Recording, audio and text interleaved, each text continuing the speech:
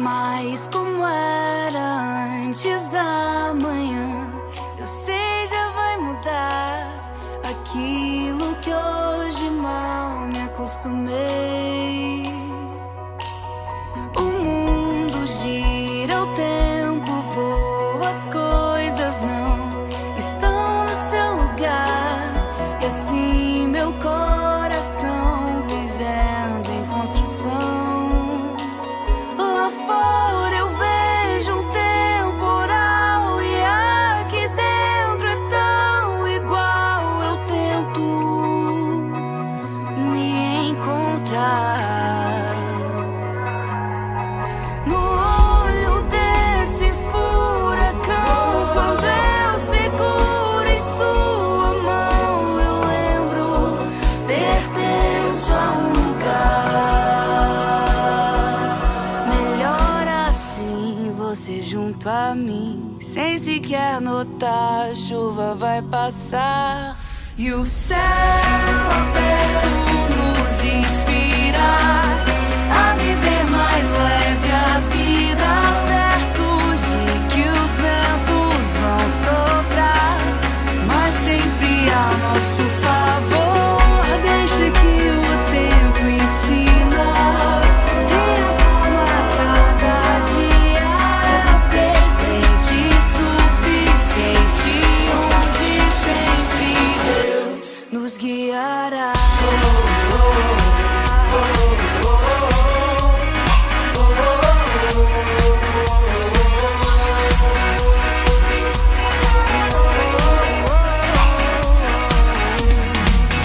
Tem gente apressada atrás de ilusão. Estou na contramão. A sua palavra é minha direção. Eu sigo um passo após o outro, mesmo assim é fácil tropeçar. A sua presença é força pra continuar. Lá fora eu vejo um temporal e aqui dentro é tão igual. Eu tento me encontrar no olho desse furacão. Quando eu seguro em sua mão, me lembro, pertenço a um lugar. Melhor assim, você junto a mim, sem sequer notar. A chuva vai passar e o céu aberto nos inspira a viver mais leve a vida, certos de que os ventos vão soprar, mas sempre a nosso favor. Deixa que o tempo ensina. Tenha calma, cada dia é presente suficiente, onde sempre Deus nos guiará. Deus nos guiará.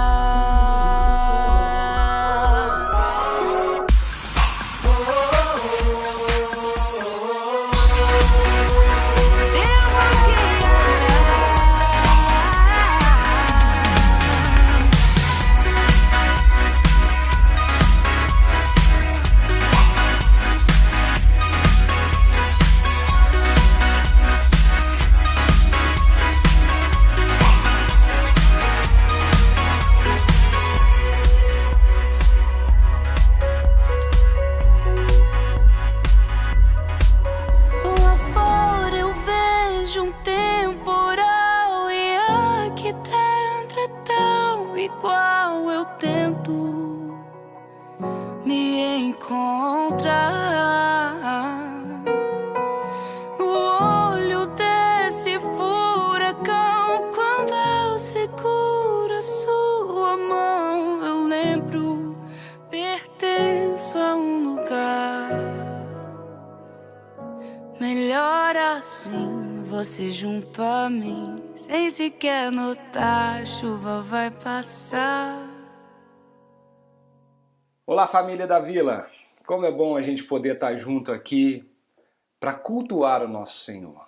Nós passamos a semana toda trabalhando nas nossas atividades, nas nossas demandas, mas nesse momento é um momento especial para que a gente entregue o nosso coração, entregue a nossa vida, entregue aquilo que nós somos por completo diante do altar do nosso Senhor Jesus e a gente ali desfrute da tua presença e entregue o sincero louvor que flui do nosso coração como igreja. Nós fazemos isso juntos. E nós cremos que quando nós fazemos isso, o Espírito Santo derrama sobre nós a sua graça. E como é maravilhoso sentir isso. E é muito bom poder fazer isso junto com você. É muito bom ter você aqui para que juntos possamos exaltar o nome do nosso Senhor, adorá-lo e ouvir aquilo que a mensagem dele tem para falar tanto ao nosso coração. Eu queria começar esse culto lendo um texto da palavra de Deus, um salmo, como nós temos feito todos os domingos, o Salmo de número 8. E ele diz assim, olha que lindo as palavras do salmista, o salmista Davi, o grande rei Davi, quando ele escreveu esse salmo. Ele diz assim, Senhor, Senhor nosso, como é majestoso o teu nome em toda a terra. Tu, cuja glória é cantada nos céus, dos lábios de crianças e dos recém-nascidos firmastes o teu nome como fortaleza, por causa dos teus adversários, para silenciar o inimigo que busca vingança. Quando contemplo os céus, obra dos teus dedos, a lua e as estrelas que ali firmaste, pergunto, que é o homem para que com ele te importes? E o filho do homem para que com ele te preocupes? Tu o fizeste um pouco menor do que os seres celestiais e o coroaste de glória e de honra. Tu o fizeste dominar sobre as obras das tuas mãos, sobre os seus pés. Tudo puseste. Todos os rebanhos e manadas e até os animais selvagens, as aves dos céus, os peixes do mar e tudo que percorre as veredas dos mares. Senhor, Senhor nosso, como é majestoso o teu nome em toda a terra. Vamos orar, gente, e agradecer a Deus por o privilégio de poder participar disso tudo que nós acabamos de cantar junto com Davi. Que é o homem para que com ele te importes, e o filho do homem para que com ele te preocupes. Mas o Senhor nos coroou de glória e de honra e nos fez dominar sobre as obras das mãos do nosso grande Criador. Vamos agradecer? Senhor, muito obrigado pelo privilégio de ser teu filho. Muito obrigado porque nós somos filhos do Senhor. Através de Jesus, a tua palavra fala que o Senhor nos tornou filhos, o Senhor nos fez filhos, o Senhor nos comprou com teu sangue. E hoje nós estamos aqui como filhos e filhas amadas do Senhor. Muito obrigado porque mesmo diante das nossas imperfeições, das nossas fraquezas, dos nossos erros, de tudo que nós vivemos, ó Pai, na nossa luta diária contra o nosso pecado, na nossa luta diária para dar conta de todas as nossas demandas, para não ser negligente. Muito obrigado porque a despeito disso tudo o Senhor nos chamou para que nós possamos, ó Deus, participar de toda a obra que o Senhor está fazendo na terra, no mundo, na criação. Muito obrigado porque o Senhor confiou em nós, pecadores, falhos, uma missão muito linda, muito bonita. E como igreja, nós temos uma missão maravilhosa, que é poder viver o teu amor e anunciar o evangelho da salvação de Jesus Cristo com a nossa vida e com as nossas palavras. Que nós possamos sempre, sempre lembrarmos disso, que o Senhor nos colocou como aqueles que cuidam do que o Senhor criou e que a nossa responsabilidade é muito grande na missão de espalhar sobre a terra o amor que só pode vir do Senhor. Deus, nós te agradecemos muito e nós entregamos esse culto para o Senhor. Nós convidamos o Senhor, nós deixamos o nosso coração nas tuas mãos. Fale conosco, fale com as nossas vidas. Nós te pedimos em nome de Jesus. Amém.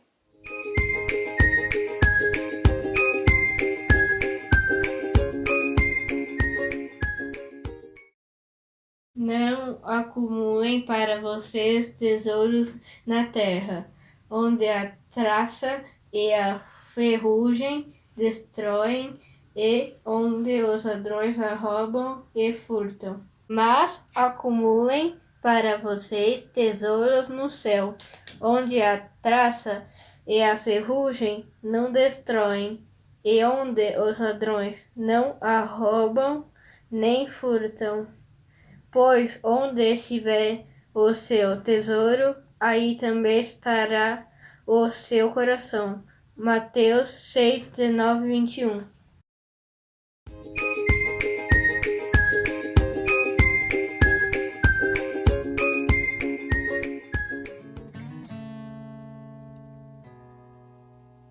Olá, meus irmãos!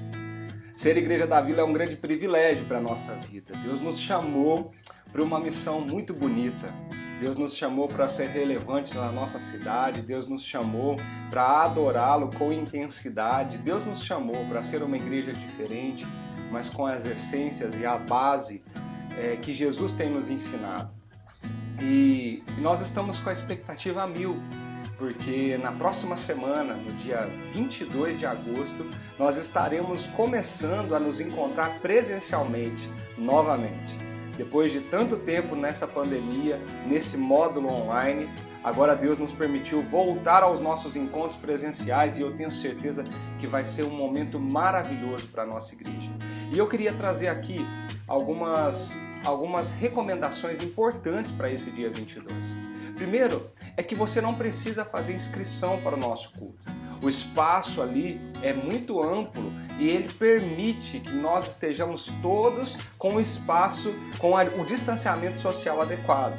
Então, se você sente-se à vontade e está disposto a estar conosco ali no dia 22, basta ir para o nosso culto às 18 horas e tenho certeza que vai ser uma bênção. Mas tem algumas medidas de segurança que nós precisamos prestar atenção e estarmos atentos para nós e para toda a nossa família. Primeiro, nós vamos usar máscara o tempo todo. E lembrando que a máscara precisa cobrir a nossa boca e o nosso nariz. Evite tirar a máscara do rosto, evite abaixar a máscara no rosto, para que a gente não exponha ninguém a qualquer tipo de risco, ok? Inclusive as nossas crianças ficarão de máscaras o tempo todo. Se você achar necessário, leve uma máscara reserva, para que possa trocar a máscara se por um acaso acontecer alguma coisa. Outra medida de proteção e segurança é que a gente precisa manter a distância uns dos outros. É o protocolo básico de segurança, inclusive das cadeiras do auditório. As famílias podem até sentar próximos, mas nós não podemos deixar de ter uma segurança de 1 metro, 1,5 metro um do outro, mesmo no auditório. Quando acabar o culto, tente evitar ficar muito próximo e aglomerado também. Higienize as mãos o tempo todo, nós teremos álcool em gel ali no local. Então não deixe de fazer isso porque você está protegendo a si mesmo, a sua família e ao outro. Vamos evitar de ficar apertando as mãos e vamos evitar os abraços. Eu sei que nós vamos ter muita vontade de fazer isso. Nós vamos rever pessoas queridas, amadas e nós vamos querer nos abraçar. Mas vamos combinar uma coisa aqui. Todo mundo vai ficar ciente que nós não vamos nos abraçar para nos proteger, ok? Se for cumprimentar, acene para a pessoa, fale de longe, mas para que a gente evite qualquer risco para qualquer um de nós que estivermos ali.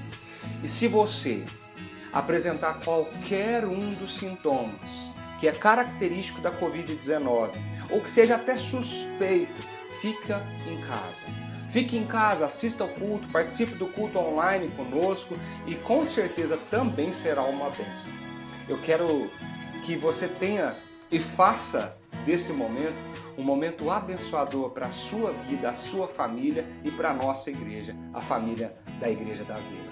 Que Deus abençoe muito você e eu espero muito que no dia 22, na próxima semana, nós tenhamos um momento maravilhoso juntos como igreja.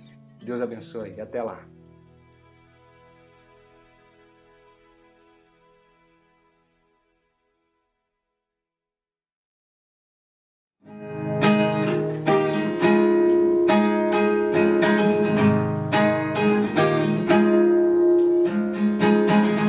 Sobre toda a terra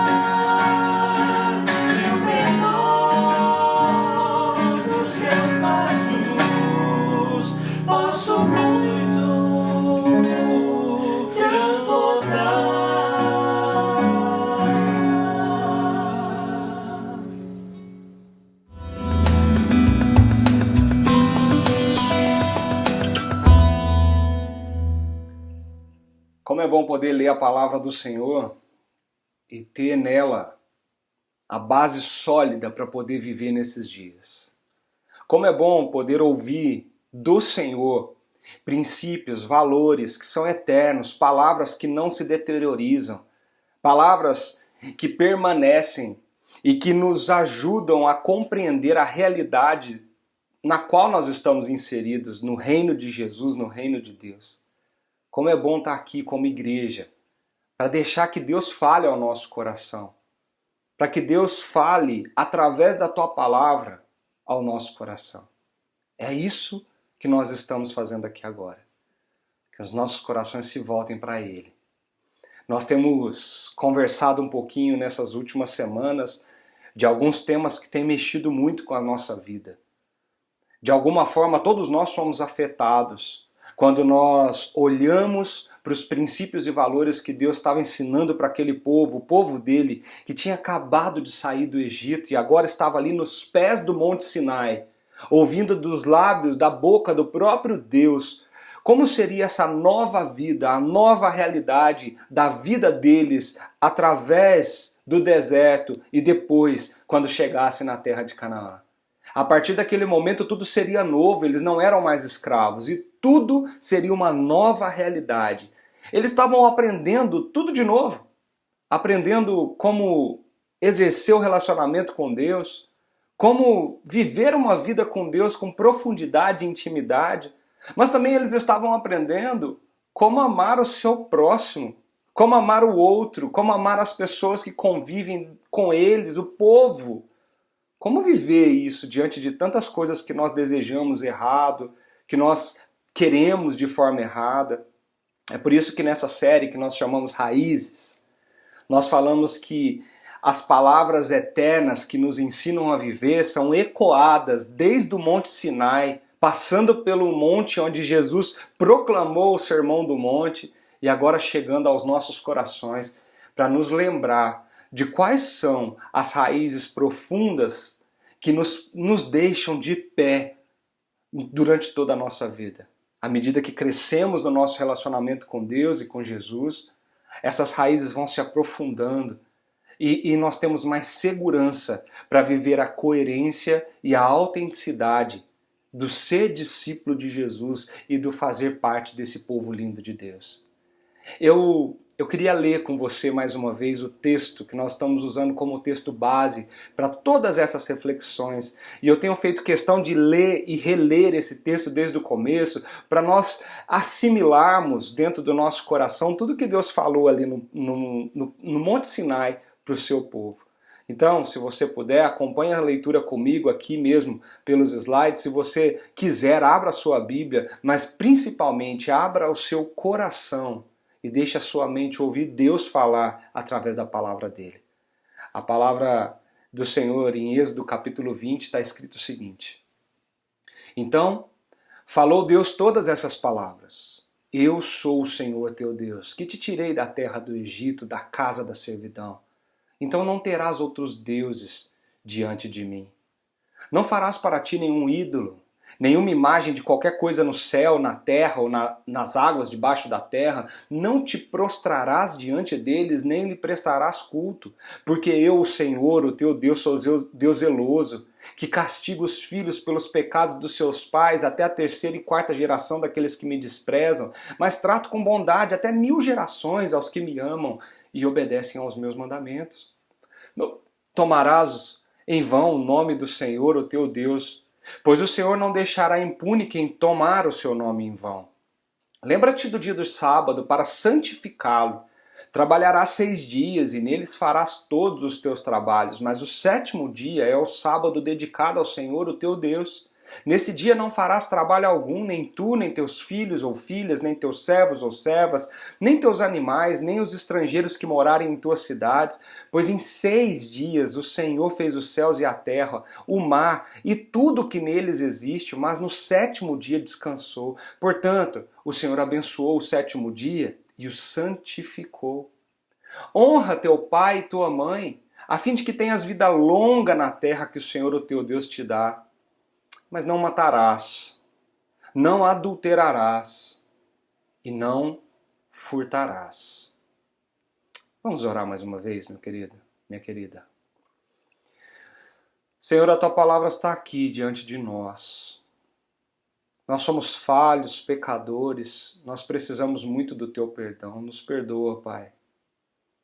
Nos capacita, nos ilumina para entender a profundidade do que está escrito na tua palavra. Nós precisamos muito do Senhor. Nós precisamos muito ouvir a tua voz, nós precisamos muito do Senhor. Por isso fala ao nosso coração e traz essa palavra viva, eficaz, para transformar a realidade de quem nós somos. Em nome de Jesus. Amém.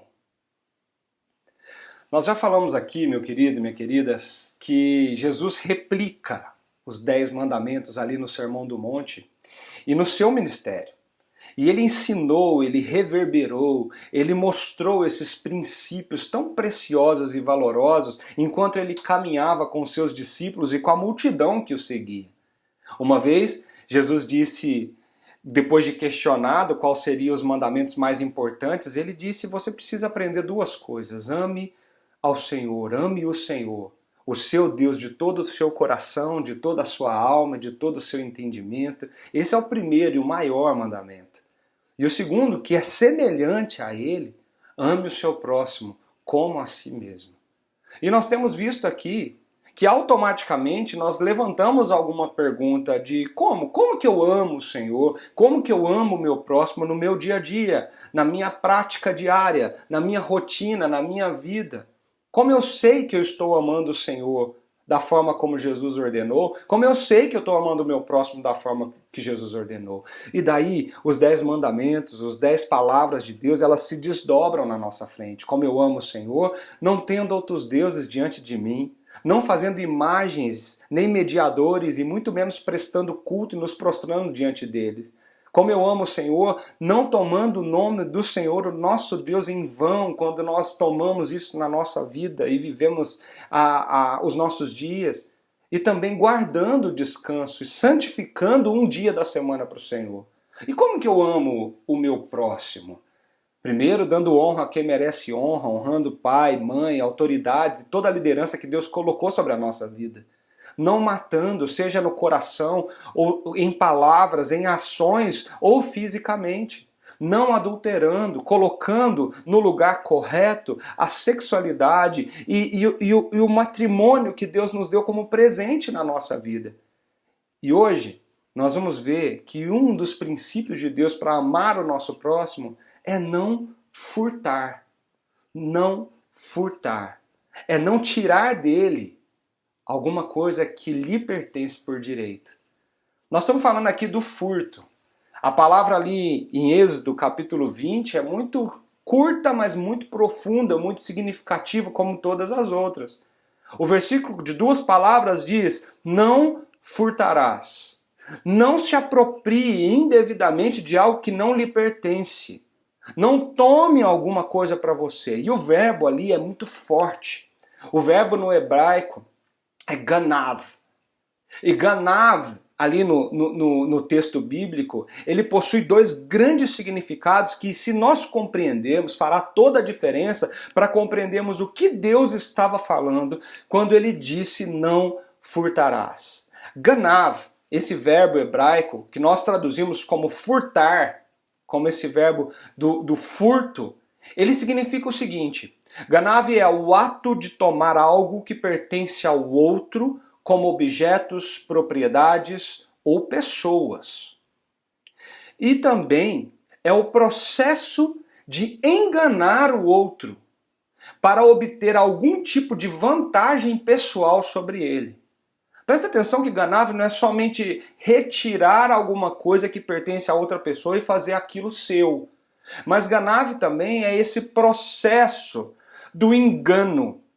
É quando você planeja e executa ou intenciona no seu coração alguma coisa para enganar o outro e obter vantagem sobre a vida dele. Olha que interessante você ver que esse verbo no hebraico ele significa muito mais do que simplesmente um roubo. Ele significa um engano, um desejo de ter, um desejo de possuir, um desejo de enganar a qualquer preço para que as coisas que você deseja sejam suas. Calvino, João Calvino, o grande reformador, o grande teólogo que nós tanto falamos sobre ele diz algo interessante sobre esse mandamento, a 8ª palavra de Deus. Ele diz o seguinte: não insistamos demais em catalogar modalidade de furtos. O que ele está falando assim, cuidado para você não ficar tentando falar assim, ó, furtar é isso, aquilo outro. Qual é a modalidade de furto? Tem um furto menor, um furto maior? Não, porque isso era muito comum na época dele. Pessoas tentando fazer conjecturas ao redor dessa palavra para poder instar modalidades de furtos. Mas olha o que ele fala, é o seguinte: reconheçamos que se devem ter por furtos todos os artifícios em virtudes dos quais passam para nós as posses e riquezas do próximo, quando se desviam da sinceridade, do afeto, ante o desejo de enganar ou lesar de qualquer modo alguma pessoa. Ou seja, furtar é muito mais que tomar para si. Furtar é muito mais que roubar. Furtar é o desejo do engano, é o desejo de lesar alguém, é de passar alguém para trás, é o desejo de se sair bem na situação, sendo que o outro está se saindo mal. É o desejo do nosso coração de ter, de querer, de possuir, que sobe e nos coloca em ações pecaminosas. E quando nós pensamos nisso tudo, nós olhamos para o nosso contexto E nós vivemos um contexto extremamente complexo, um contexto extremamente conturbado no que diz respeito exatamente a esse princípio que Deus estava ensinando para o seu povo ali no pé do Sinai. Deus queria mostrar para aquele povo, vocês precisam ter essas bases, porque quando vocês começarem a viver na nova terra que eu estou dando para vocês, vocês não podem deixar de priorizar isso enquanto sociedade, enquanto comunidade. A realidade que nós vemos hoje parece que é uma sociedade que não entendeu isso. E que deixou que a corrupção, que deixou com que o lesar o outro fosse algo normal. E por alguns até tido como virtude. O esperto, o que consegue enganar, o que tira vantagem, o que está sobre as pessoas, o que chega longe porque pisa em quem precisa pisar, o que dá o jeitinho, o que sabe enganar com o molejo brasileiro, o que vai sorrateiramente e engana sem ninguém perceber. Nós estamos vivendo numa sociedade assim. Eu não sei se você sabe, mas pesquisas e mais pesquisas olham para o Brasil como um país que vive isso de forma pungente. E uma dessas pesquisas revelaram quais são as 10 formas mais comuns de corrupção aqui no nosso país. Olha que interessante e que triste, né? Olhar para como o brasileiro reage a tudo isso no seu dia a dia. As 10 formas mais comuns de corrupção no nosso país são comprar e vender sem nota fiscal. Você compra produtos, você vende produtos, mas a nota fiscal não é pedida, não é tomada. E isso sim é uma corrupção. É crime. Não declarar imposto de renda. Não precisa nem explicar, né, gente? Nós precisamos fazer isso, faz parte da nossa legislação. O suborno, eu não sei se vocês sabem, mas estatísticas mostram que 1 em cada 4 brasileiros comete um ato de suborno uma vez pelo menos ao ano. Olha como que isso é alto no nosso país. A falsificação de documentos, ou a negligência deles, o esconder algum documento para que você se saia bem em alguma situação, ou que você não tenha que pagar alguma coisa, que você não tenha que devolver algum dinheiro, você esconde provas, esconde documentos e falsifica outros, seja documentos de identificação, carteirinha de estudante, entre outros. Dar ou aceitar troco errado. Na era do cartão de crédito, nós ainda temos como um dos top 10 das formas mais comuns de corrupção, dar e aceitar troco errado. Roubar TV a cabo. Você sabia que entrou nos 10? Quando você assiste TV por assinatura, assiste a TV a cabo, mas você não paga por ela. E de alguma forma ela está ali na sua televisão, no seu computador. Furar fila é uma das formas de corrupção comuns aqui no nosso país. Comprar produtos falsificados, produtos pirateados, produtos que não são originais, produtos craqueados. Nós somos líderes de compras de produtos assim. Bater o ponto do colega, quando o colega não necessariamente saiu do trabalho ou já foi embora faz tempo, mas você bate o cartão de ponto dele ali para que ele não seja lesado no que ele está fazendo. Falsificar assinaturas também entra nessas 10 formas mais comuns de corrupção aqui no nosso país. Gente, o nosso país está numa posição do ranking de combate à corrupção caindo cada dia mais. No ano de 2021 nós perdemos 5 pontos nesse ranking mundial e nós já estamos descendo lá para baixo. Ou seja, o nosso país tem sido considerado como um país extremamente corrupto. E o preço da corrupção do nosso país, do engano, do roubo, do furto no nosso país, chega a 70 bilhões de reais ao ano nos cofres públicos. O indicador de sonegação de imposto no nosso país nos deixa alarmados e assustador, porque ele é um indicador que chega a 28% mais ou menos da arrecadação de ICMS, imposto de renda, contribuições previdenciárias, mas a gente fala, mas aqui tá bom, mas o que é isso? 28,2% da arrecadação. 28,2% da arrecadação, quando nós estamos falando de sonegação de imposto, equivale a 10,4% do nosso PIB. Isso representa um valor de 500 bilhões de reais ao ano, que são sonegados, que são furtados, que são roubados. As coisas que nós estamos vendo ao nosso redor, elas vão das coisas mais escandalosas ou das coisas mais simples. Porque vocês perguntam, não, mas eu não estou no meio dessa trama, eu não estou no meio dessa bagunça. Mas nós fazemos da nossa vida, da nossa rotina, às vezes pequenas corrupções que depois levam a grandes corrupções. Por exemplo, nós roubamos, nós furtamos no nosso trabalho quando nós gastamos o tempo que nos é pago para trabalhar em outras atividades. Uma pesquisa mostrou aqui no Brasil que de 3 a cada 8 horas de trabalho são usadas para atividades não relacionadas ao trabalho. 3 de cada 8 horas de trabalho. E dessas 3 horas diárias, 44%, quase 50% delas é navegando na internet. Ou talvez socializando com um amigo do trabalho, ou perdendo tempo no WhatsApp. Não trabalhando, não fazendo coisas relativas ao trabalho. Gente, 60% das compras online são feitas durante as horas regulares do trabalho. 65% dos vídeos do YouTube são vistos nessa hora, na hora do trabalho. E isso gera um ônus muito grande para os empregadores e uma desonestidade por parte dos empregados. Percebe que são coisas grandes ou pequenas, mas que tudo está nesse pacote do o que nós estamos fazendo quando nós estamos administrando quem nós somos, o nosso trabalho, os nossos recursos, o que nós queremos, o que nós desejamos. A 8ª palavra, o 8º mandamento, ele tem algo muito forte para nos ensinar.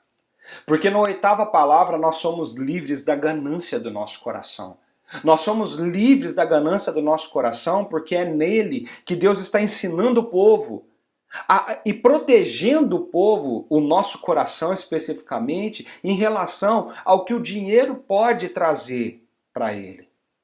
Eu quero ser a partir do que eu tenho. E eu preciso proteger o meu coração dessa vontade, desse ímpeto de querer ter o tempo todo. Tem um livro muito legal do Augusto Nicodemos, que eu recomendo muito que você leia, que chama O que a Bíblia fala sobre o dinheiro. E nesse livro, o reverendo Nicodemos, ele trabalha o conceito do que é ganância. E ele fala que ganância é o desejo ou a ambição desmedida de ter sempre mais, de possuir mais que os outros, independentemente da necessidade. Também está relacionada com a atitude interior, com a motivação de quem emprega todos os meios a fim de tirar proveito do próximo. Quando nós olhamos todos esses índices de corrupção à nossa volta, nós começamos a entender esse significado da ganância sendo aplicado na nossa vida. Por que existe tanta corrupção, tanto desvio de dinheiro, tanto dinheiro sendo usado da forma errada e indo para poucos? Por que existe tanta sonegação, tanta mentira no meio do que deve ser pago, não deve ser pago? Por quê? Porque as pessoas querem tirar vantagem sobre os outros, e as pessoas querem ter mais, as pessoas querem possuir mais, e tudo que for fácil, tudo que for bom, tudo que for proveitoso para se ter, eu quero. Custe o que custar. A ganância, segundo a Bíblia, é uma luta que deve ser travada de forma radical no nosso coração. Porque nós desejamos coisas que não são lícitas. Nós desejamos coisas que estão em desacordo com aquilo que Deus quer para a nossa vida. A ganância, segundo a Bíblia, é o elemento instigador da grande maioria das guerras e dos conflitos da humanidade. Na carta de Tiago, capítulo 4, o versículo 1 e 2 diz o seguinte: de onde vêm as discussões e brigas em seu meio? Acaso não procedem dos prazeres que guerreiam dentro de vocês? Querem o que não têm e até matam para consegui-lo. Invejam o que os outros possuem, lutam e fazem guerra para tomar deles. E, no entanto, não têm o que desejam porque não pedem. Olha o que a Bíblia está nos dizendo. De onde vêm essas discussões, as brigas, as guerras, todo o caos que nós estamos vivendo, toda a desumanidade, toda a desigualdade social, toda a pobreza que contrasta muito forte com a riqueza? É porque vocês querem o que não têm e até matam para consegui-lo. Invejam o que os outros possuem, lutam e fazem guerra para tomar deles. Nós queremos mais e mais, e nós queremos muito mais. O outro nome que a Bíblia dá para a ganância é amor ao dinheiro. É esse sentimento que nos move a amar e querer, a ter, a possuir. E nós vivemos isso, meu irmão, minha irmã, em pequenas ou grandes proporções na nossa vida. E Deus já sabia disso. Já sabia disso. É curioso perceber como que Deus está cuidando do seu povo. É curioso perceber como Deus está minuciosamente ensinando o seu povo a como eles viverem e como viver um com o outro. Seja contente, seja satisfeito, seja feliz com aquilo que Deus está te dando. Deus está tentando mostrar para o povo que eles têm tudo o que eles necessitam. Então esteja contente com aquilo que vocês possuem, estejam contentes com aquilo que eu estou dando para vocês. Eu estou cuidando de vocês. Se eu não estivesse cuidando, nós estaríamos mortos. Se Deus não estivesse cuidando da gente. Com certeza, a piedade, a nossa vida piedosa, com contentamento, ela é uma grande fonte de lucro para cada um de nós. Nós não trouxemos nada para esse mundo, nós não podemos levar nada dele. E por isso, gente, tendo o que comer, tendo o que vestir, Deus fala para nós, estejamos satisfeitos. Ele fala isso. Olha só o que está escrito em 1 Timóteo, capítulo 6, exatamente sobre isso. Olha o que ele fala. De fato, a piedade com contentamento é grande fonte de lucro, pois nada trouxemos para esse mundo e nada dele podemos levar. Por isso, tendo o que comer e com o que vestir-nos, estejamos com isso satisfeitos. Os que querem ficar ricos caem em tentação, em armadilhas, em muitos desejos descontrolados e nocivos que levam os homens a mergulharem na ruína e na destruição, pois o amor ao dinheiro é a raiz de todos os males. O amor ao dinheiro, a ganância, é a raiz de todos os males. Algumas pessoas, por cobiçarem o dinheiro, desviaram-se da fé e se atormentaram com muitos sofrimentos. E se atormentaram com muitos sofrimentos. Gente, qual é o lugar? Qual é o lugar que os bens materiais devem ocupar na vida do cristão? Como que a gente deve encarar o dinheiro, os bens, as posses, o possuir? Isso são questões importantes. Porque o dinheiro é uma parte essencial da nossa vida. Nós não podemos deixar de pensar, nós não podemos deixar de refletir sobre isso, porque nenhum de nós aqui sobrevive sem o dinheiro.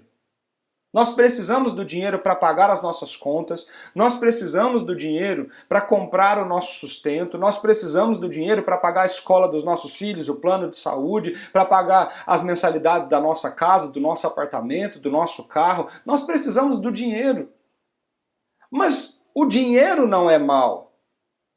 A raiz de todos os males, segundo a Bíblia, vem do nosso coração.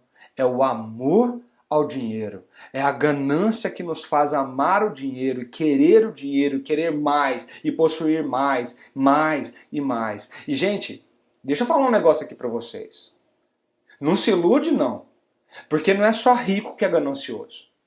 Nós temos a mania de, quando tratar e abordar esse assunto, nós olharmos para as classes altas da sociedade e pensarmos, bem, não é comigo esse negócio, porque eu não tenho dinheiro, eu não sou rico, eu custo pagar as contas do mês, então não é comigo esse negócio. Meu amigo, minha amiga, pobre pode ser muito ganancioso também. Porque se você não tendo dinheiro, você coloca ele como um alvo do teu coração, como algo que se você tivesse, você estaria feliz, você desloca o centro da tua espiritualidade, da tua adoração, do teu amor, de Deus que te sustenta, cuida de você, que provê tudo para você, para aquilo que você deseja, se você pudesse comprar, se você pudesse ter, como a vida seria mais confortável, como a vida seria melhor, e você começa a pensar e mirabolar coisas, tirando Deus do centro e do foco da tua vida e do teu coração. A Bíblia fala que muitos, amando dinheiro, querendo dinheiro, olhando para o que ele pode dar, querendo as coisas, os bens, as posses, se desviaram da fé e se atormentaram com muitos sofrimentos. Deus não quer que nós entremos por esse caminho. Deus não quer. Deus não quer que nós vivamos uma nova vida, mas uma vida que desloca ele do centro do nosso sustento e agora coloca o dinheiro como centro de toda a busca que nós temos. Pensa sobre isso. Para a gente entender um pouquinho mais sobre esse mandamento, sobre o que ele está nos dizendo, sobre o que ele está nos ensinando, e para a gente nos relacionar com todas essas ideias, do furto, do roubo, da corrupção, da ganância e tudo que isso traz para a nossa vida e que nós somos sim tentados todos os dias, todos nós precisamos aprender um pouquinho mais sobre o que a Bíblia fala de um princípio muito valioso, que é o princípio da mordomia cristã. Nós precisamos entender uma visão mais bíblica do que significa esse princípio da mordomia. Eu não sei se você já ouviu falar dele, mas eu queria relembrar ao teu coração o que significa ser o mordomo do reino de Deus. A palavra mordomo, ela vem do latim, é major domus, maior domus, o que significa o principal administrador de uma casa, o principal administrador, gerente daquele lugar. É nesse sentido que a Bíblia usa essa palavra. Nós estamos acostumados com os mordomos dos filmes, dirigindo aquelas grandes mansões e organizando toda a logística de uma família, de uma grande casa com muitos empregados. Mas é exatamente essa figura, essa imagem que era tão comum na época que a Bíblia foi escrita, que é tirada de lá para chegar até nós. Aquele que administra não o que é seu, mas administra muito bem como principal administrador de tudo que não é seu. É o CEO da empresa. Ele é o gerente máximo, ele é o cabeça, ele é o head de toda a empresa. Mas a empresa não é dele. Ele está administrando algo que não é propriamente dele. E ele precisa fazer isso muito bem e com muito empenho para que ele tenha sucesso na sua carreira profissional e que ele consiga fazer tudo isso crescer. Mas não é dele. Ele não pode pôr debaixo do braço e levar para casa. Ele está cuidando de algo que é de outra pessoa. Essa imagem, essa figura, essa metáfora, ela vem de encontro com um princípio que está por trás do não furtarás. Nós precisamos entender que nós somos mordomos de Deus, administradores de Deus. E como que a gente faz isso? Entendendo os princípios básicos que estão por trás disso. O primeiro deles, nós precisamos entender que Deus criou todas as coisas e por isso Ele é dono de todas as coisas. Nós não somos donos de nada, Deus é dono de tudo. Olha só o que esses três textos bíblicos mostram e evidenciam para nós a respeito disso. O primeiro deles, em Hebreus capítulo 11, diz assim: pela fé, nós entendemos que o universo foi formado pela palavra de Deus, de modo que aquilo se vê não foi feito do que é visível. O universo foi formado pela palavra de Deus. Os céus são teus, e tua também é a terra. Fundaste o mundo em tudo que nele existe. Salmo 89, versículo 11. E Salmo 24 diz assim: do Senhor é a terra e tudo que nela existe, o mundo e os que nele vivem, pois foi ele quem fundou-a sobre os mares e firmou-a sobre as águas. Do Senhor é a terra e tudo que nela existe, o mundo e os que nele vivem. Gente, a base bíblica para a mordomia cristã, para esse conceito, é que Deus criou tudo. Ele é o dono de tudo. Ele é aquele que fez todas as coisas e por direito de criação, tudo lhe pertence. Tudo lhe pertence. Então, tudo que nós usamos, que nós possuímos, que vem para as nossas mãos, todos os recursos naturais, todos os recursos criados pelo ser humano, tudo isso vem de Deus até nós. Mas o segundo princípio, tão valioso quanto o primeiro, porque quando nós reconhecemos que Deus criou todas as coisas e por isso Ele é dono de todas as coisas, isso tem muitas implicações para a nossa vida, nós precisamos entender que o que nós temos não é nosso, mas foi emprestado por Deus aos nossos cuidados. Deus, ao criar o ser humano, lhe entregou o cuidado da criação. Nós precisamos entender esse princípio tão valioso. Nós somos mordomos de Deus, responsáveis pela administração e cuidado de tudo que Deus criou, de tudo que está à nossa volta. Todo mundo, todos os recursos, tudo que nós vemos está sob os nossos cuidados. Deus nos entregou para cuidar disso. Bem ou mal, é nossa responsabilidade. Em Gênesis capítulo 2, isso fica muito claro.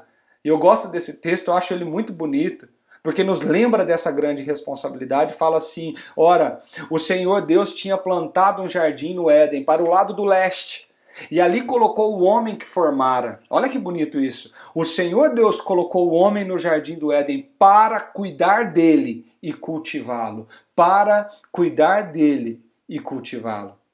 O Salmo 115 diz assim, os mais altos céus pertencem ao Senhor, mas a terra Ele confiou ao homem. E ainda no Salmo, nós lemos no começo desse culto, nós vemos o Davi falando para Deus assim, Senhor, quem são os seres humanos para que com ele te importes? Mas, no entanto, fizestes apenas um pouco menores que Deus e o coroaste de glória e honra. Tu os entregastes de tudo que criaste e puseste sobre a autoridade deles todas as coisas. Gente, Deus criou tudo e entregou nas mãos do ser humano para que nós cuidássemos. O mundo, os recursos, os bens. Ser mordomo é entender que tudo que está à nossa vista e foi criado por Deus é responsabilidade minha e sua cuidar disso tudo. Mas é preciso deixar muito claro, gente, que Deus não concedeu essa gerência da sua criação para que o homem usasse ao seu bel prazer, tendo o alvo desse cuidado, o prazer e a glória humana. Muito pelo contrário. O Senhor deu tudo que a gente precisasse para cuidar muito bem da criação dele. O Senhor deu tudo que nós necessitamos para cuidar do mundo que nós estamos vivendo. E é triste nós vermos o que nós temos feito com o mundo que é cuidado pelas nossas mãos. O que nós temos feito com os recursos que Deus colocou sobre a nossa responsabilidade. Muito do que nós temos visto, pobreza, miséria, fome, escassez, doenças, pestes, fenômenos naturais, aquecimento global, efeito estufa. Nós estamos vendo o nosso mundo ser destruído por nós mesmos. Os nossos rios estão poluídos, os nossos mares estão morrendo. Nós estamos aí vendo os índices de aquecimento global serem aumentados a cada ano que passa e as pesquisas revelam que na próxima década isso vai ser pior ainda. Geleiras derretendo. Gente, por que tudo isso está acontecendo? Porque nós estamos cuidando muito mal do que Deus nos colocou em nossas mãos. E por que cuidamos mal? Porque a ganância sobe no nosso coração. Eu estou falando do ser humano que quer mais, que quer ter mais e por isso pode matar, pode degradar, pode desmatar, pode usar de forma errada. Gente, é responsabilidade minha, é responsabilidade sua. Deus colocou isso na nossa mão. Nós precisamos entender isso. Um terceiro princípio que fica muito evidente nessa imagem tão bonita que Deus nos mostra do princípio da mordomia é que nós devemos, quando entendemos que todas as coisas são de Deus, que nós somente cuidamos do que é dele como mordomos, como gerentes, como administradores, nós devemos administrar fielmente tudo que Deus colocou em nossas mãos. E aqui as implicações são inúmeras. Eu peguei alguns exemplos. Por exemplo, o nosso tempo. O tempo na nossa vida é uma dádiva de Deus. Os dias da nossa vida estão contados. A Bíblia fala que os dias da nossa vida estão determinados por Deus.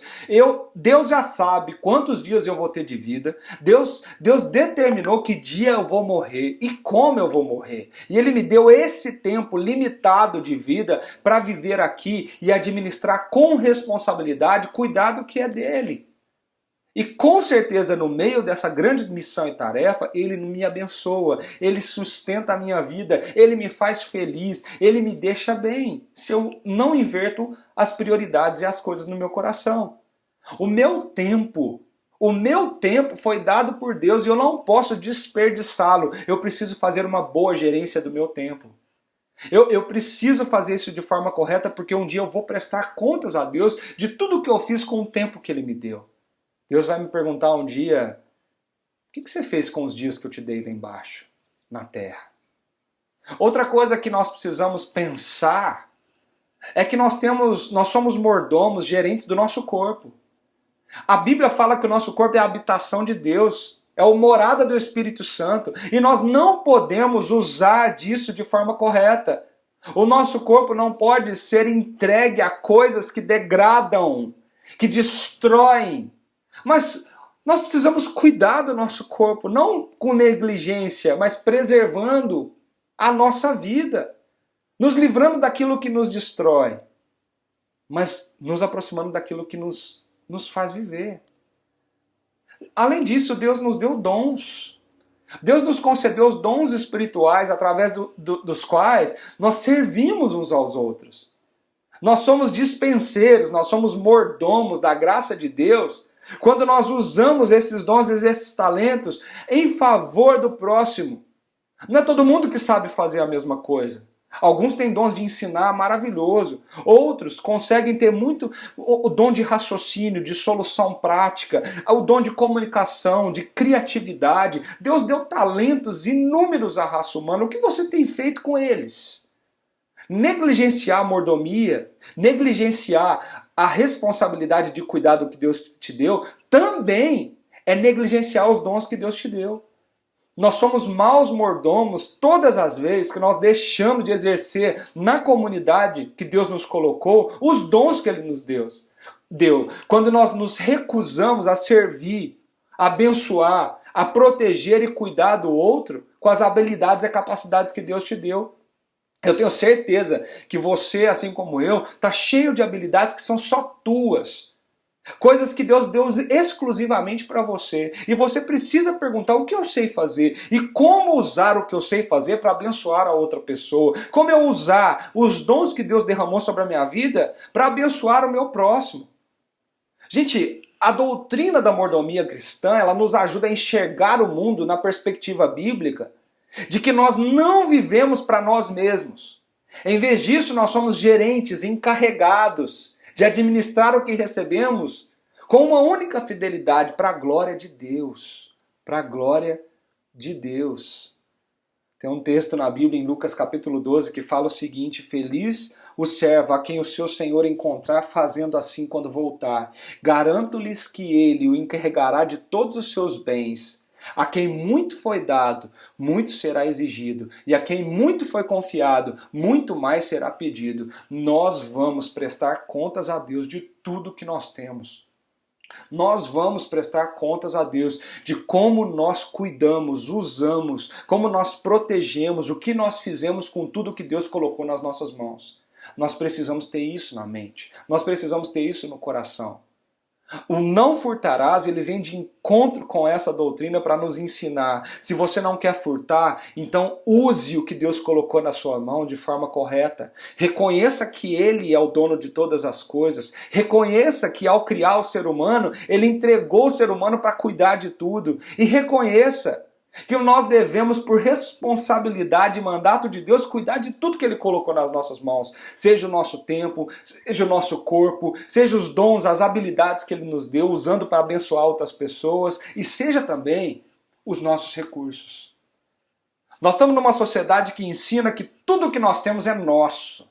Eu suei muito para conquistar isso, eu ralei muito para ter o que eu tenho, eu sofri muito para chegar onde cheguei. Isso é lícito, ok.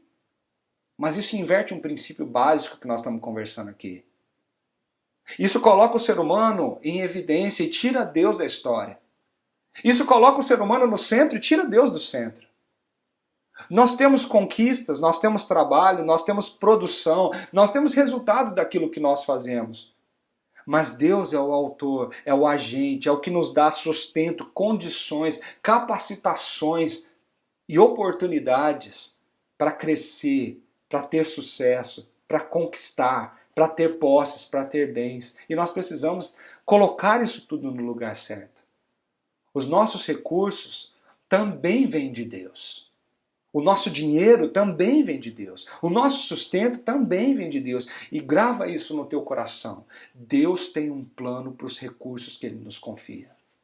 Deus tem um plano para os recursos que Ele nos confia. Não furtar tem tudo a ver com romper com a ganância do nosso coração e entender esse princípio. Que nós somos mordomos fiéis do Senhor e que Ele tem um plano para todos os recursos que Ele confia nas nossas mãos. Que plano é esse? Qual é esse plano? Primeiro, é uma coisa tão óbvia, tão básica, que com certeza vai falar assim, ok, é lógico que eu penso assim. O primeiro plano de Deus para os recursos que Ele nos confia é suprir as nossas necessidades.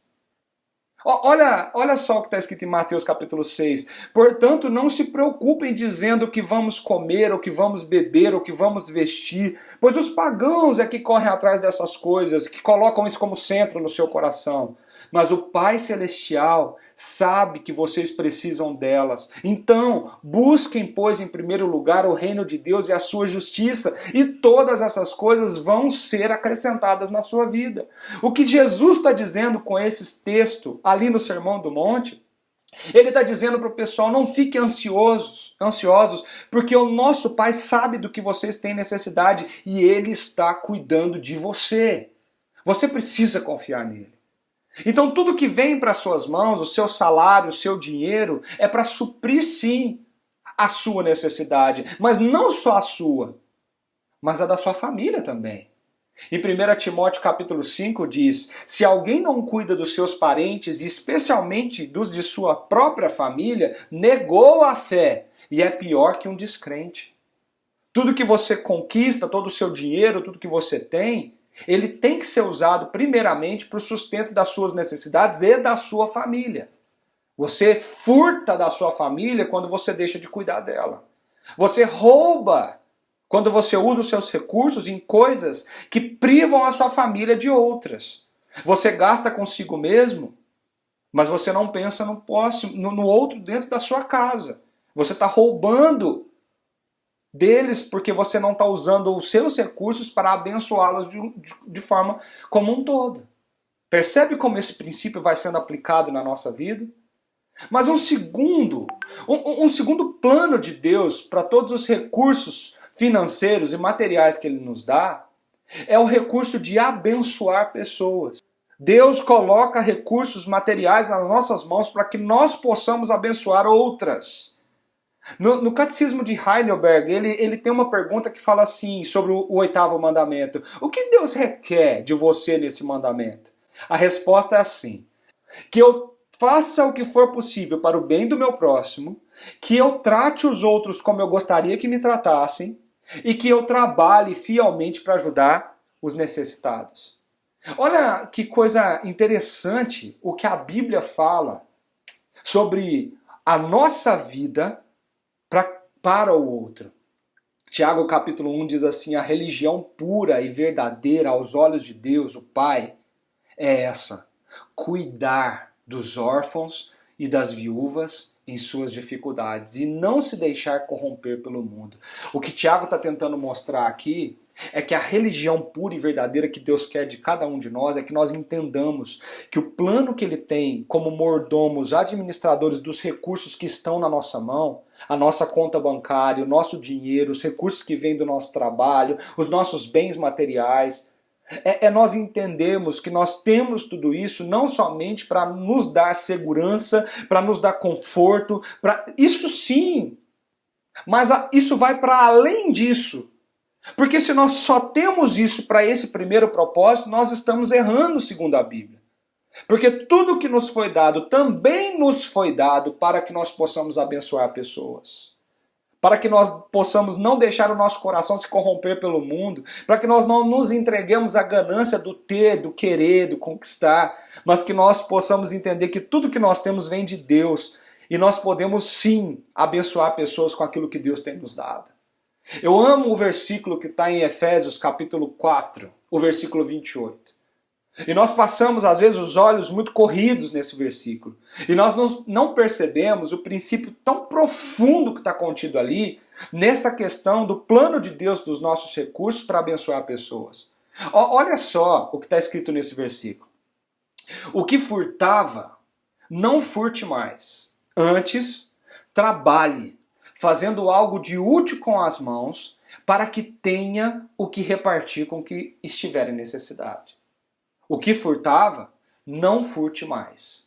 Gente, a primeira coisa que esse versículo fala e está escancarado aqui é que se você vive como um ladrão, alguém que se entregou à corrupção, se você entrou em negócios corruptos, ilícitos, se você sonega imposto, se você não compra com nota fiscal ou não emite nota fiscal, se você está roubando TV a cabo, se você está fazendo essas coisas que nós acabamos de dar exemplos aqui, furando fila, falsificando assinatura, falsificando documento, se você está enganando o seu próximo para poder sair melhor do que ele e ganhar coisas em cima da vida dele, gente, para tudo. O Evangelho de Jesus fala para o nosso coração, se você é desonesto, corrupto, se você é um ladrão, se você vive roubando os outros do que lhes é devido e do que eles precisam, para e conserta a sua vida. O que furtava, não furtes mais. Mas tem uma segunda frase aqui. Antes, trabalhe fazendo algo de útil com as mãos. E eu gosto dessa frase. Porque da mesma forma que a Bíblia está falando assim, ó, para de roubar, para de ser corrupto, para de furtar, para de viver a vida desse jeito, a Bíblia está falando qual é o oposto disso? Trabalhe. E trabalhe. Trabalhe de forma honesta. Porque essa palavrinha que está nesse versículo como útil na nossa tradução, fazendo algo de útil com a mão, é algo que tenha utilidade. E a palavra pode ser traduzida melhor como algo bom, algo que faça o bem a alguém, algo honesto.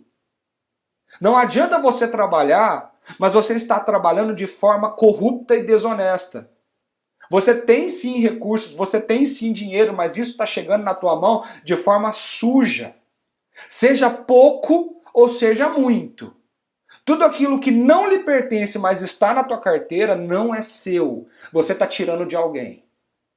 Tudo aquilo que você usa na sua casa, no seu dia a dia, no seu carro, ou seja o que for, que não é seu, você está roubando, porque não lhe pertence.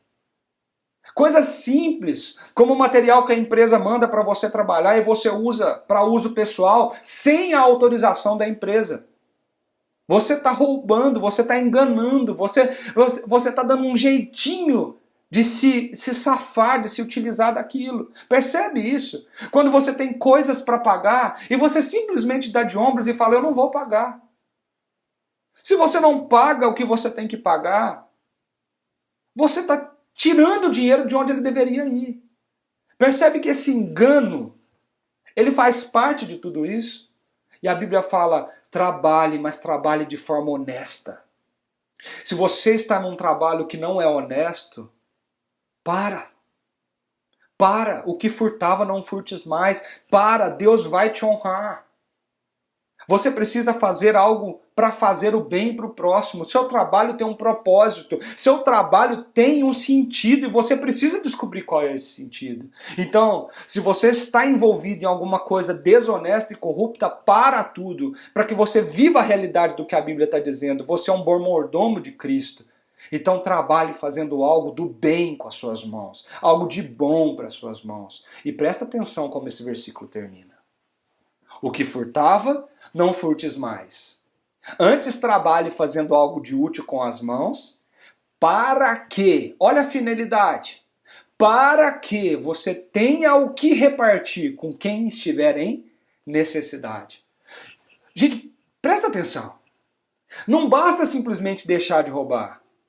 Não basta simplesmente trabalhar de maneira honesta e legítima. Deus quer que nós tenhamos a consciência no nosso coração e na nossa vida que nós ganhemos dinheiro para ajudar pessoas, para ajudar aqueles que necessitam. Deus quer que o nosso fruto do nosso trabalho sirva e abençoe alguém. Isso é um estilo de vida a ser adotado quando a gente compreende o que é ser um bom mordomo de Cristo. O que é ser vocacionado pelo Evangelho a amar o nosso próximo como a nós mesmos? Se nós temos tudo o que nós necessitamos e Deus está nos dando, nós somos os instrumentos de Deus para que o outro também tenha tudo o que ele precisa. E se está faltando, nós podemos sim ser cobrados por Deus. Porque Ele disse que o nosso trabalho tem uma finalidade, um propósito, abençoar e cuidar de pessoas. O fruto do nosso trabalho é abençoar pessoas. Gente, o cristianismo eleva o padrão do trabalho quando rejeita a visão egoísta dele, tudo é meu, tudo é para mim. O cristianismo eleva o padrão do trabalho quando ensina que nós devemos trabalhar com o objetivo de reunir recursos para ajudar pessoas, especialmente pessoas necessitadas, os pobres, os órfãos, as viúvas, como a Bíblia diz. O cristianismo eleva o padrão do trabalho porque nós sabemos que nós podemos sim viver pela fé das promessas de Deus, que Ele vai cuidar de nós. O próprio Jesus Cristo disse: não andeis ansiosos com o que vocês vão comer ou vestir, porque o nosso Pai sabe do que vocês precisam e Ele está cuidando de vocês. Ele está cuidando de vocês. O próprio Calvino, uma vez, falando ainda desse tema, disse: nós defraudamos o nosso próximo de seus bens, se deixarmos de cumprir os deveres para com ele, os deveres que para com ele somos obrigados. A Bíblia diz assim: a ninguém fiquem devendo coisa alguma, exceto o amor. Porque o amor, por mais que você dê, você nunca paga. Você sempre está devendo amar o outro. Você nunca chega no limite, pronto, já amei tudo que eu tinha que amar essa pessoa, pronto, acabou. Não, você precisa amar mais, e mais, e mais. Mas fora o amor, que nós nunca conseguimos quitar, pagar, a Bíblia fala, você não pode ficar devendo nada a ninguém. Porque se você ficar devendo, você está roubando. Você está roubando. E nesse sentido, Deus tem um plano para os recursos dele que ele confiou na nossa mão, que nós somos apenas mordomos, que também, além de suprir as nossas necessidades e da nossa família, além de abençoar pessoas, e nós precisamos entender que o nosso trabalho precisa ser ressignificado para abençoar pessoas, Deus também requer de nós os recursos que ele nos confia para o sustento da sua obra. Deus quer que nós entendamos que Ele está mantendo a obra do seu reino através das nossas mãos, dos nossos recursos. E para isso é que nós entendemos o princípio do dízimo e das ofertas. O nosso dízimo, a nossa oferta, é a nossa expressão proporcional, sistemática, voluntária e regular da nossa adoração e gratidão a Deus. E isso é muito importante de nós entendermos. Porque se você acompanhou meu raciocínio até agora, você percebe que Deus nos deu tudo o que nós precisamos para que tudo isso esteja alinhado na nossa vida. Quando nós não entendemos ou quando nós tiramos de um lugar para colocar no outro, nós podemos desalinhar tudo. O nosso dízimo, sim, é uma expressão muito mais de sustento. E a gente precisa entender o objetivo dele na nossa vida, para que a gente não negligencie esse princípio tão bonito, tão importante, do que Deus espera de nós. Essa expressão, ela tem como objetivo primário A adoração que provém do coração. Eu queria que você prestasse muita atenção nisso. O pastor Augusto Nicodemos, ele define isso de um jeito muito legal que eu resolvi até trazer aqui. Ele fala o seguinte: a principal questão a considerar à luz das Escrituras é que a contribuição financeira não tem por objetivo primeiro suprir as necessidades da igreja e das pessoas carentes. Como objetivo primeiro, não. Ela tem a ver primeiramente com a adoração proveniente do coração. Nós não devemos contribuir apenas porque existe uma demanda, uma necessidade urgente ou um alvo lançado. Independentemente disso, contribuir com regularidade para a igreja local reflete não apenas desprendimento, mas veneração, devoção e culto ao nosso Deus. Eu gostei muito do que ele trouxe a respeito disso, porque todo mundo acha que o objetivo primário do dízimo é entregar ali na igreja para que a igreja seja sustentada e a obra seja sustentada. E isso sim é um dos objetivos. Mas antes disso, o objetivo primário dos nossos dízimos e ofertas, ou seja, do uso dos recursos que Deus colocou nas nossas mãos para sustentar o reino dele, é o nosso culto e a nossa adoração. Se você olhar tanto no Antigo Testamento quanto no Novo Testamento, sempre que alguém trazia ofertas, o seu dízimo para a casa de Deus, quando era entregue isso era uma forma de cultuar a Deus. Isso era uma forma de adorar a Deus, de demonstrar financeiramente a gratidão do nosso coração por quem Deus é, o Deus que nos sustenta. Então, gente, dar dízimo, dar ofertas, para começar essa história, é uma oferta de culto. É o nosso culto sendo entregue. É o teu coração entregando isso para o Senhor como uma oferta, um culto a Deus, uma expressão de gratidão, uma expressão de adoração. Mas também, um objetivo secundário dos nossos dízimos e ofertas é contribuir para o avanço do reino de Deus. Olha que bonito quando Paulo escreve ali em 2 Coríntios capítulo 8, ele fala assim: todavia, assim como vocês se destacam em tudo, na fé, na palavra, no conhecimento, na dedicação completa e no amor que vocês têm por nós, destaquem-se também nesse privilégio de contribuir. Depois em casa vocês podem fazer o exercício de ler 2 Coríntios, capítulo 8 e capítulo 9, que são os dois capítulos que tratam abundantemente sobre esse tema, o privilégio de contribuir. E Paulo trabalha isso de forma muito bonita, contando a realidade daquelas igrejas ali.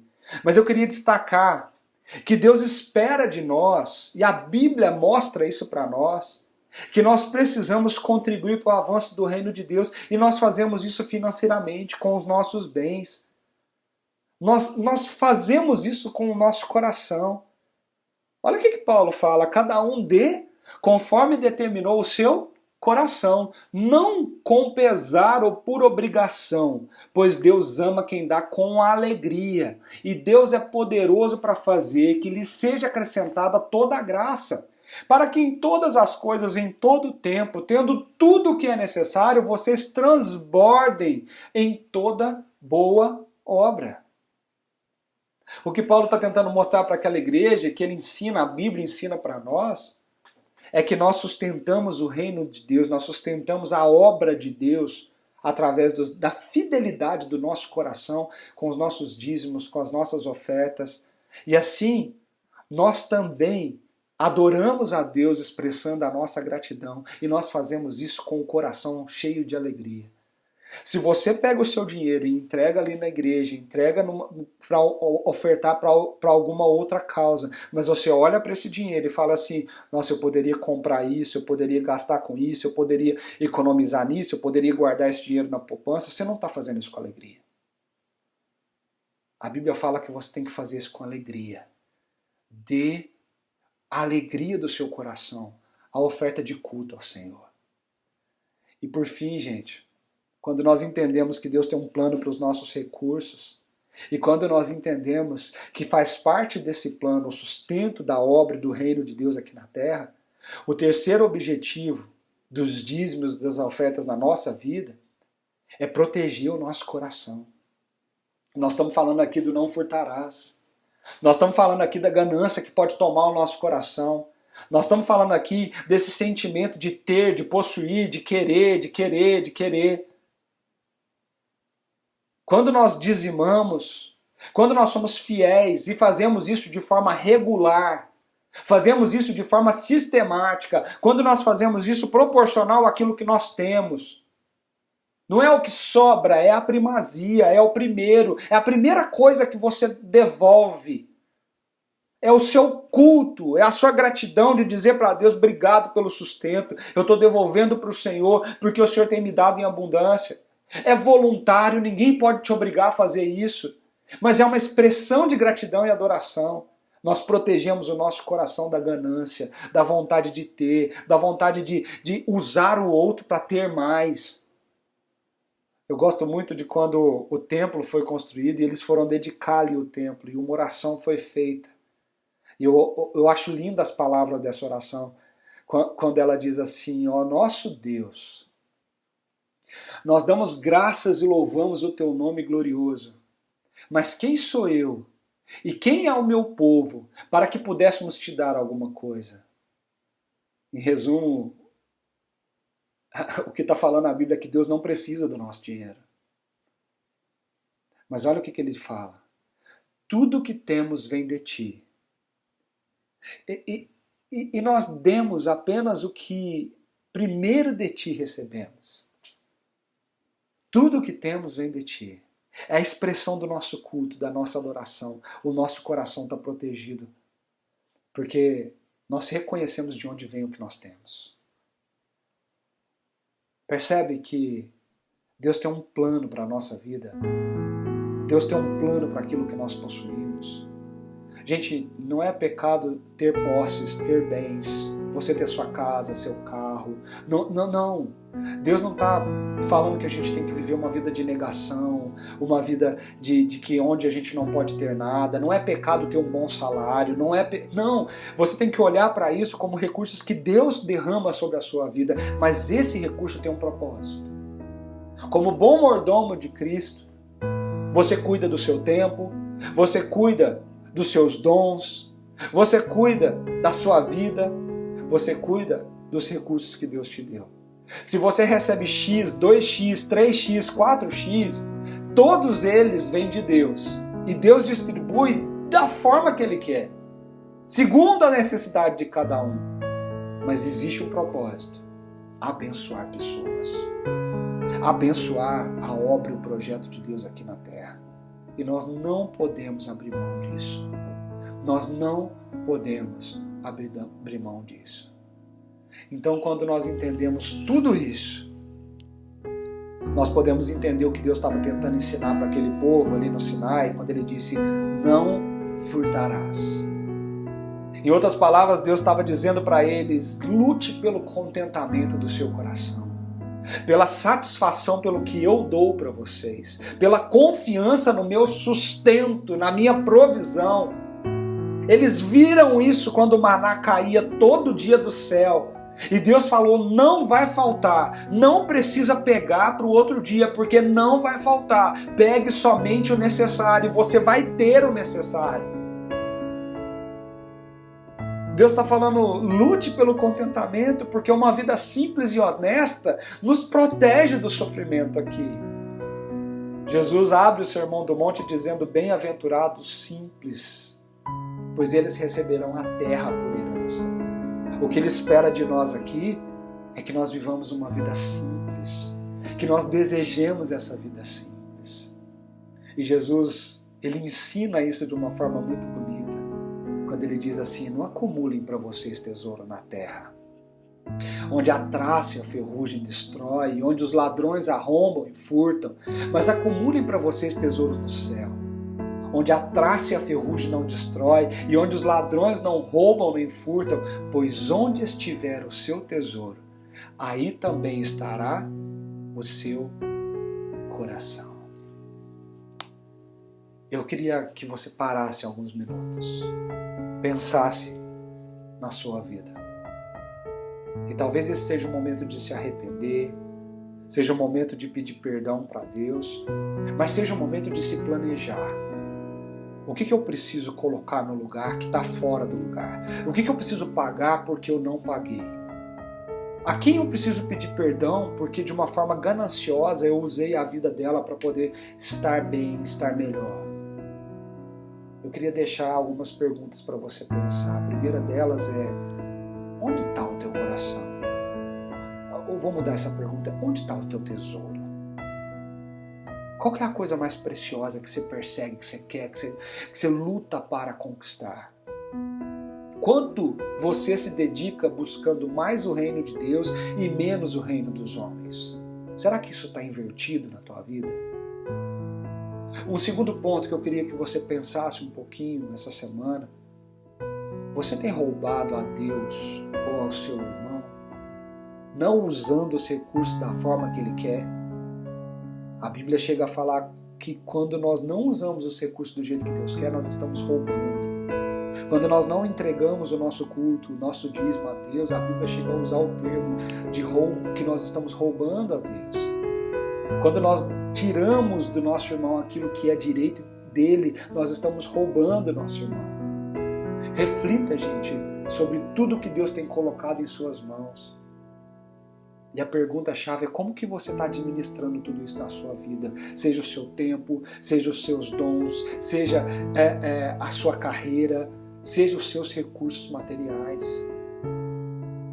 E eu queria terminar com você respondendo essa pergunta: o seu coração é cheio de ganância ou é cheio de contentamento? Que lugar que a generosidade ocupa a sua vida? Pensa bem. Você entende que você precisa trabalhar para sobrar dinheiro para abençoar pessoas? Que você tem que gastar o suficiente para que sobre dinheiro, para que outros possam ser abençoados pelos recursos que Deus está te dando? Se não sobra nada, tem alguma coisa errada. Se você não gasta nada do que você ganha abençoando outros, tem alguma coisa errada nessa história. Leia lá Efésios capítulo 4.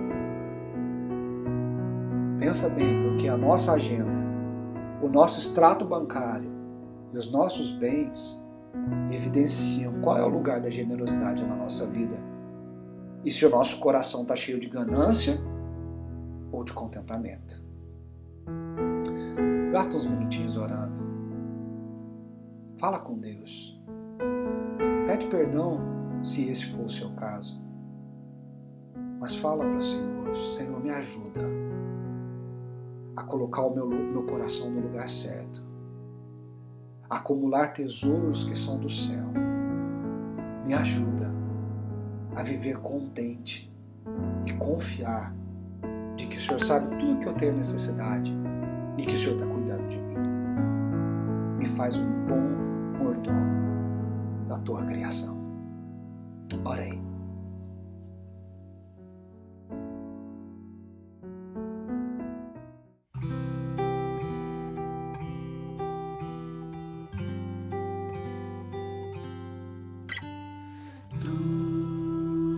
Cristo a ti entrego tudo, sim, por ti darei, resoluto, mas submisso sempre a ti eu seguirei. Tudo entregarei.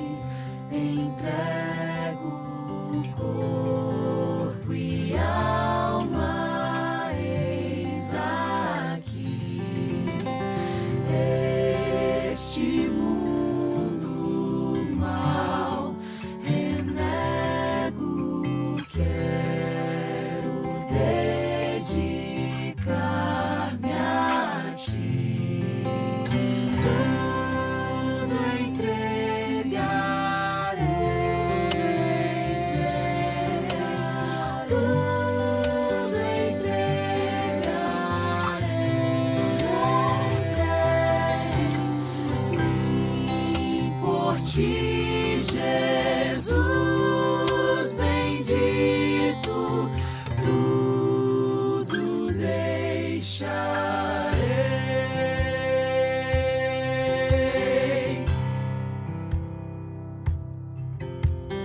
Tudo, ó Cristo, a ti entrego, que prazer, ó meu Senhor. Paz perfeita, paz completa, Glória, glória ao Salvador.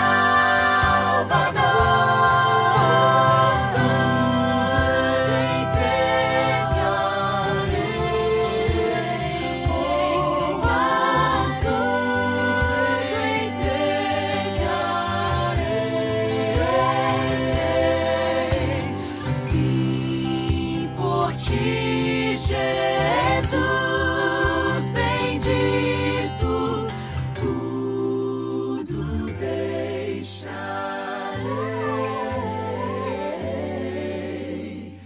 tudo deixarei.